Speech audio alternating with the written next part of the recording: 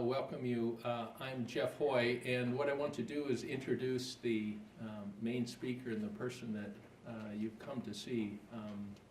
Bob Lavigna is currently the director of the Institute for Public Sector Employee Engagement. It's a division of CPSHR Consulting. We're an independent government agency, a joint powers authority. The Institute is dedicated to helping public sector and nonprofit organizations measure and improve employee engagement.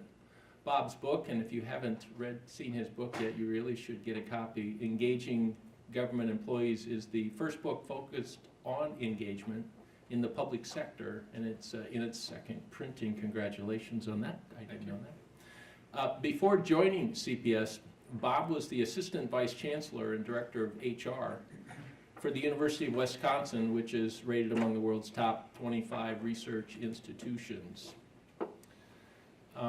Previously, he was also VP of Research for the Partnership for Public Services, where he directed best places to work in the federal government. So he has quite a history with employee engagement.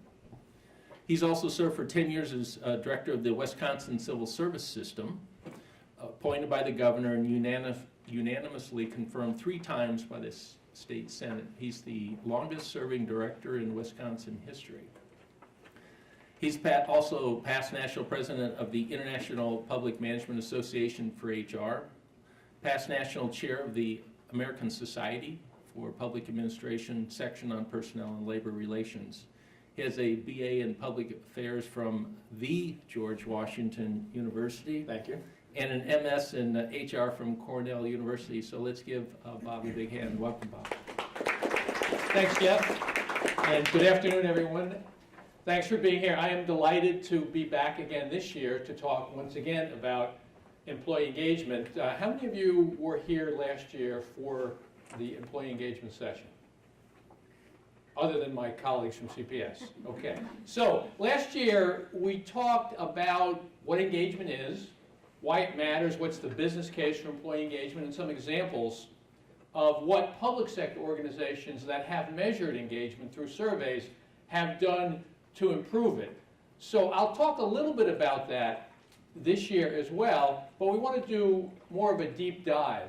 We'll share with you the results of a national survey that our organization conducted to assess the level of employee engagement across the entire country, including by level of government. So we have data on federal, state, and local government. I think you'll find the state government data particularly interesting. And then we'll talk a little bit about an exciting project that we're involved with CalHR, which is a pilot program to conduct a comprehensive survey of employee engagement, starting with 3 agencies and then potentially expanding it to all of state government next year, next fiscal year.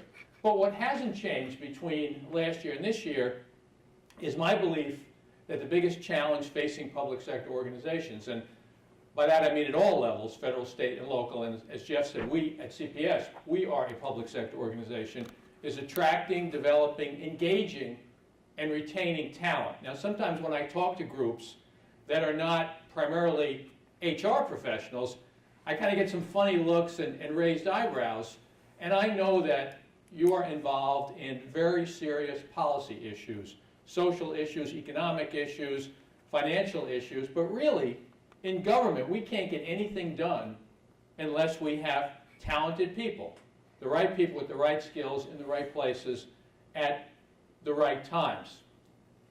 And that's why we're excited about employee engagement, because as we'll discuss over the next few minutes, there is strong evidence that improving engagement improves performance. And that's why we've entitled this Improving Performance by Improving Employee Engagement.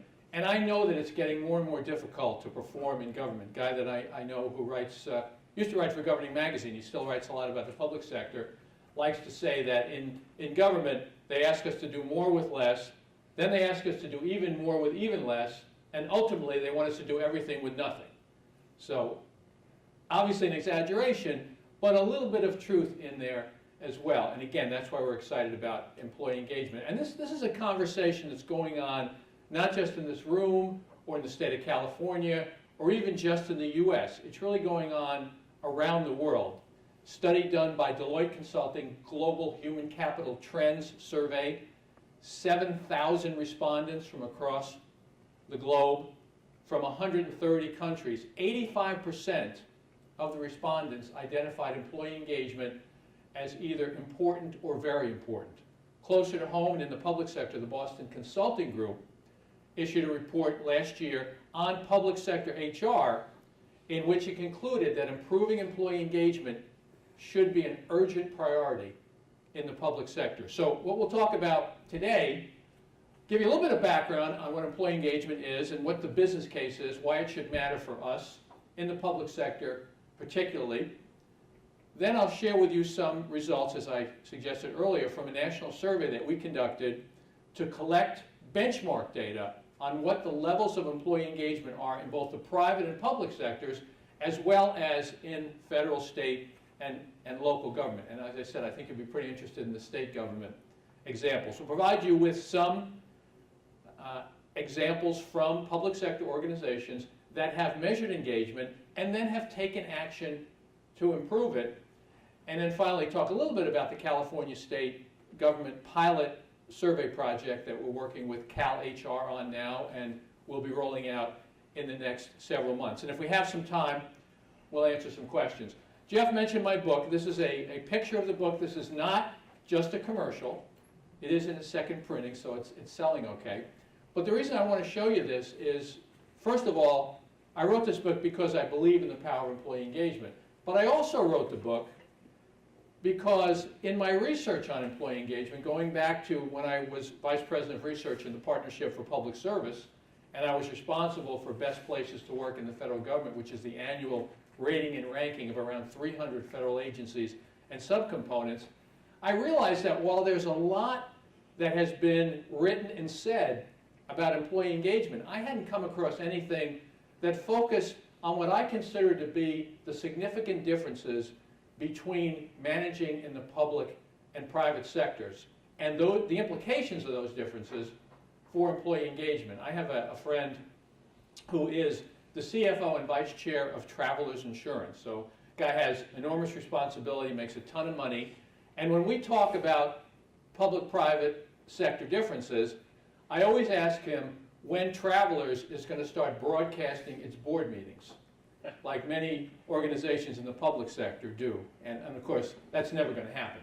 But I think there are important differences. One of them is the extreme visibility of everything we do in the public sector and how that impacts decisions that we make in government. So I really tried in this book to focus on those differences and the implications of them for employee engagement. I want to give you a little bit of context. How many of you attended the session at 11:15 today on managing multiple generations in the workforce? Well, you saw some data from some of the panel members about what the age distribution is in their organizations. This is data from the Bureau of Labor Statistics across the entire U.S. economy. And what you see is the age distribution for federal, state, local, and the private sectors. And I hope you're immediately drawn to the right side of the chart, particularly state government. We in government have a much higher percentage of older employees than the private sector. Now, I don't have anything against older employees since I'm well into that category myself. But on the other end of the scale, the chart, a much lower percentage of employees who are under the age of 30. So this chart has enormous implications for lots of things in government, recruiting and hiring, and the panelists at the 11:15 session talked about recruiting and hiring. And I live in Madison, Wisconsin. I was a director of the civil service system for the state of Wisconsin for 10 years. And I was surprised and a little dismayed to hear discussions today about paper applications and civil service exams.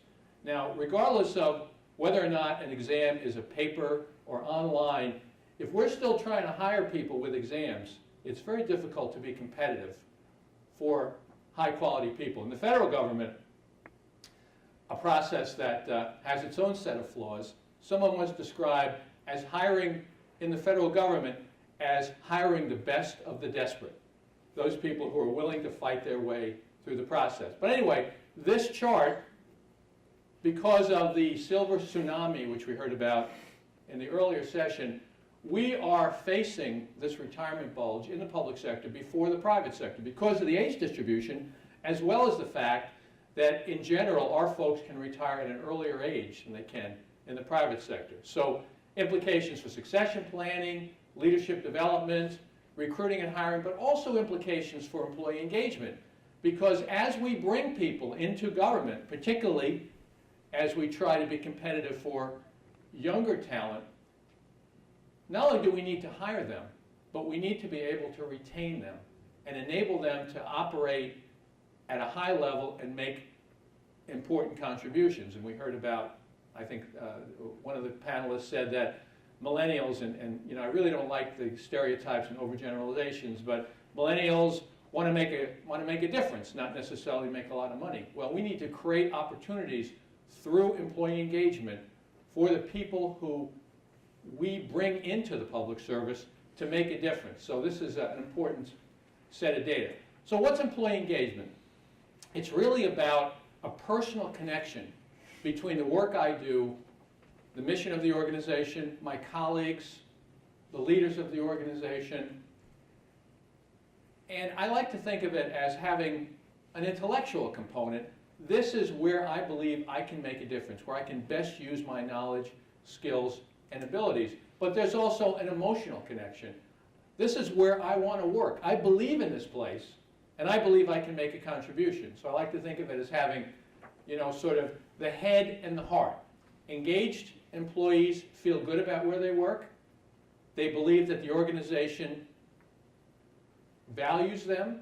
They're proud of where they work. And in exchange, they're willing to provide what's known in the research as discretionary effort, which is a kind of a fancy term that just means they're willing to do whatever it takes to help the organization achieve its mission. And it really goes above and beyond satisfaction or employee happiness. And that's really an important point I want to make.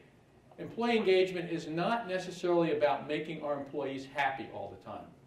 You know, obviously, given the alternative, we want our employees to be happy. But it's not always about that. And it goes beyond satisfaction. Our folks can be satisfied because we pay them decently. They have pretty good benefits, and even though maybe we pay more for benefits these days, benefits in the public sector are still better than most private sector organizations, and their workloads are reasonable. So we want our folks to feel good about those things, but we also want them to take the step up to the next level and have that personal commitment. So I like to think of satisfaction as being necessary but not sufficient for engagement. I was at a conference like this a couple of weeks ago, and the speaker was talking about values and commitment, and he cited an organization that has a strong value that it always delivers on time. It never misses a deadline. He said even if they find out on Friday that they have to deliver something on Monday, they stay true to that value and will deliver. Now you can't tell me that they're going to be happy working Saturday and Sunday in order to deliver on Monday, but they do it anyway. So it's about performance. It's about improving engagement in order to improve performance. Satisfaction necessary but not sufficient for employee engagement. Someone once described engagement, I think this is pretty good, as being the opposite of burnout. So that's an operationalized way to think about it. Why does it matter? I'm going to show you some data. And by the way, I'm going to show you a lot of numbers. And if you want us to send you a copy of the presentation, we'll be happy to do that, so you don't have to necessarily take pictures of it or take notes. So just give us your business card afterwards and we'll send you a copy of the presentation. But I'm going to show you some data from several different sources that I think convincingly shows that high engagement translates into a high level of performance. But before I do that, I want to show you a picture. Now, when I speak to local government folks, they really get this, because they're responsible for this stuff. But this is a work product, and I use that term very advisedly, that was probably produced by someone who we refer to as actively disengaged. Not just disengaged, but actively disengaged. In other words, they're working every day to undo all the good work that you're trying to do. But let me show you some numbers. This is an article that I wrote couple of months ago, and the title of it came about because I was making a presentation like this, and a guy walked up to me afterwards, and he said, you know, I had heard a lot about employee engagement, but I never realized that there is a science about employee engagement. And, you know, it's not a science like nuclear physics, but there is strong empirical evidence that high engagement translates into a high level of performance. And I'll show you, this is from the Gallup organization. We all know Gallup as the public opinion polling firm. Gallup also has an employee engagement survey. It has 12 questions in it. It's called the Q12. That it has administered to literally millions of employees around the world in thousands of organizations. And what you see here is Gallup's analysis of the key performance indicators for the top 25% of the organizations in its database in terms of employee engagement compared to the bottom 25%. So what you see here is high engagement organizations, more profitable, 20% more productive, 10% higher customer scores, fewer safety incidents, much less turnover. 70% for low turnover organizations, and government is typically a low turnover organization. 70% less turnover in high engagement organizations than low engagement organizations, less absenteeism as well, better attendance. And what you have to remember when you look at this data set is you're looking at the top 25% and the bottom 25%. If we were thinking or looking at the top 10%, top 5%, top 1%, these differences would be even more dramatic. What about in government? The Gallup data are primarily private sector. Here is a set of data from the federal government based on around 38,000 employee engagement survey results. And what you see here are the differences, again, in important outcomes between those agencies that have the highest level of employee engagement compared to those agencies that have the lowest. And you don't need to know what the PART score is. That's the way that the Office of Management and Budget evaluates whether or not federal agencies achieve their strategic goals. So you see the high engagement agencies almost twice as successful in achieving their strategic goals, fewer sick days used, fewer EEO complaints, and even less lost time due to accidents. Sir? So what and how we determine that they are engaged or not? Based on the annual Federal Employee Viewpoint Survey. It's an annual survey, in this case, conducted by the Office of Personnel Management. But the data, all of the data that I'm showing you is based on one engagement survey or another. The Gallup data was the Q12. This is the Federal Employee Viewpoint Survey. I've got some other data. This is from Towers-Watson, survey of public sector employees. Asked the employees a series of questions or statements, the extent to which they agree with things like I can impact quality, cost, and customer service. You see the highly engaged, again based on their engagement survey, almost 3 times more likely to say they agree that they can influence things like quality, cost, and customer service. And of course, we want our people to feel like they can influence these things. This is, has also been proven through research, the engagement value chain. So improved engagement drives improved performance. And I've only showed you the tip of the tip of the tip of the iceberg in terms of all of the research and all of the data that exists showing that high engagement organizations outperform low engagement organizations. In the private sector, ton of research showing that high engagement companies outperform low engagement companies in all of the financial indicators. But drives better performance, this is in government, drives higher citizen satisfaction. If we're providing a higher level of service, citizens are going to be engaged. When I was, or satisfied, when I was with the Partnership for Public Service, we did some research with the Gallup organization in which Gallup did a telephone poll, and it asked the folks who responded to think about their most recent interaction with a government employee and to rate that interaction. And what Gallup found is that when people feel good about a single interaction, they're 3 times more likely to feel good about government overall.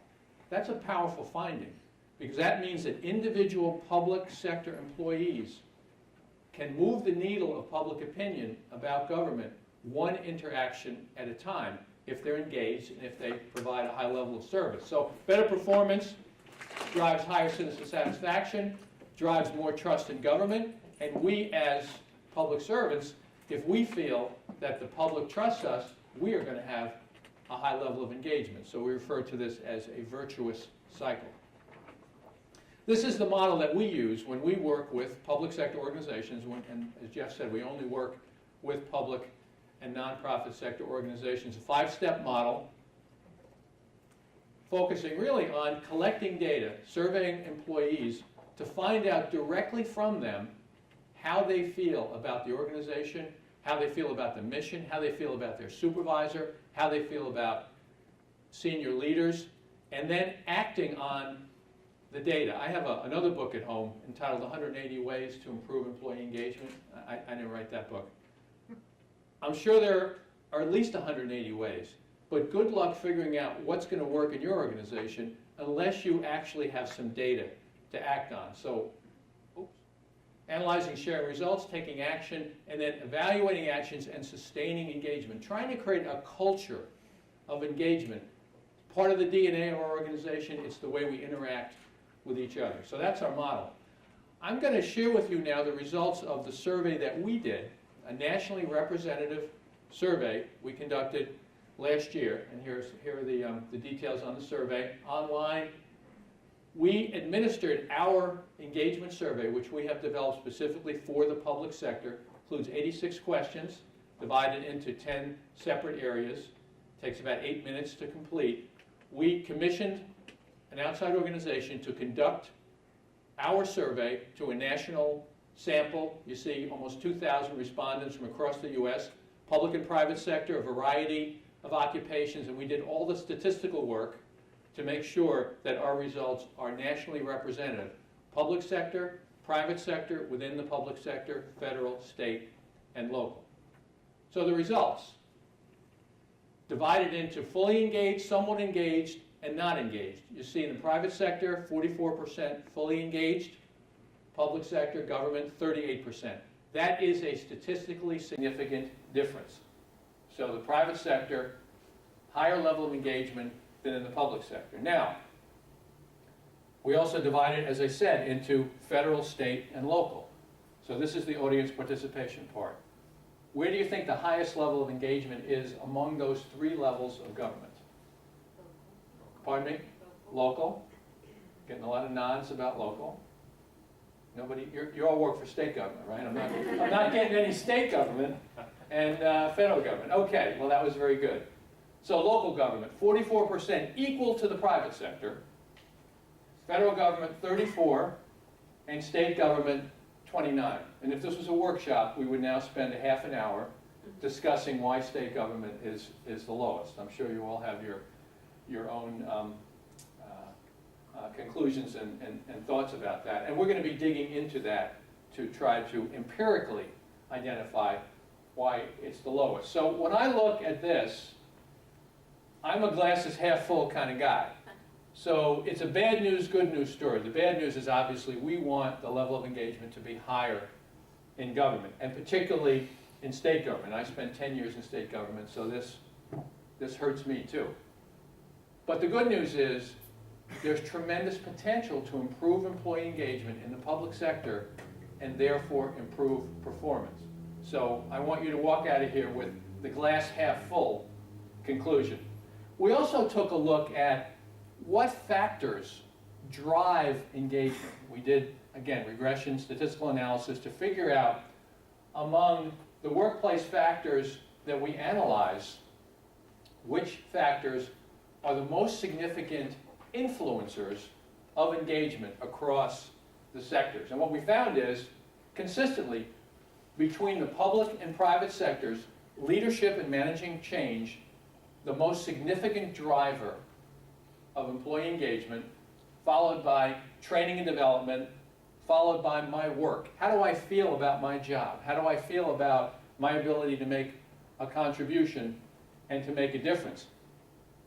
And interestingly, in best places to work in the federal government, the annual rating and ranking, as I said earlier, of around 300 federal agencies and subcomponents, every year since 2003, when Best Places has come out, leadership has been the #1 driver of employee engagement. So this is completely consistent with that finding.